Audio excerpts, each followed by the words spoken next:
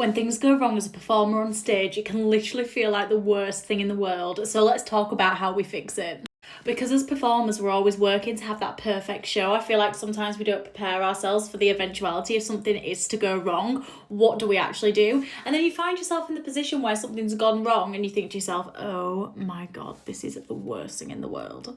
But at the end of the day, it's live theatre, things go wrong, and that is just theatre, darling. Like, as people would say, there is nothing you can do about it. You've just got to keep going, keep smiling, kick whatever it is to the side, unless it's a person, of course, and then just move on. You know, there's so many things that can actually happen. Somebody could not bring a prop on. Your prop could have not been placed on stage beforehand. You could have just missed something. Somebody could come on wearing the costume for Act 2 in Act 1. You never know what's going to happen. Someone could get injured and not come on, and then you're like, oh my goodness, they're my partner, what do I do?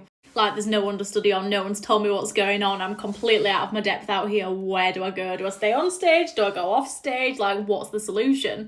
And what I remind myself in these moments is that we are only human and there is only so much that you can actually physically do. And the best piece of advice that I can give you is to just carry on, like, in whatever capacity that you can. You know, if it's a massive ensemble number and your partner's not there and you can't do the number, step off quickly. Like, do what is the best route for you to do. And you have to decide that quickly, and you have to make decisions in the moment, which is why being a performer is so high pressure, because you have to be able to decide and do things last minute.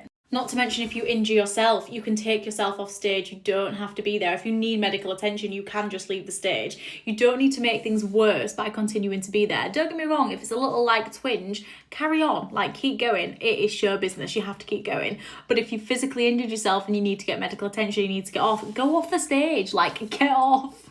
If you're in the wrong costume, just keep going. There's nothing you can do about it now. You're on stage and you need to be there, so just keep doing your thing. People might think it's quite funny. You're only human. Again, there's nothing that you can do about it. If your prop doesn't make it on stage, pretend it's there, do it without it. That's all you can do. You can literally just pretend that you've got the prop, smile as big as you can, and honestly, I've literally had people not notice. When this has happened to me before, and I've come off and be like, oh, did you see that? And they're like, oh no, I didn't notice. I didn't even know that had happened. Smile. If you fall over, which if you make it through your whole professional career with staying on 2 feet, like, congratulations, that's incredible. If you fall over, if you trip up, if you do anything of that kind of thing, pretend like it didn't happen. Just move on, ignore it. Denial is the best way to go in these situations. If you're in a situation where you can talk to an audience, if you're gigging, if you're in a situation like that and you forget your words, start talking to people. Just chit chat. You don't have to sing everything. People don't know when you plan to sing and when you plan to stop. If you're on the West End, obviously you can't do that, unfortunately. You've just got to try and remember them. And finally, just remember, you will learn and you will work it out, and things will go wrong, and you'll learn to adapt and you'll learn how to deal with these situations. And please remember, this happens to all of us.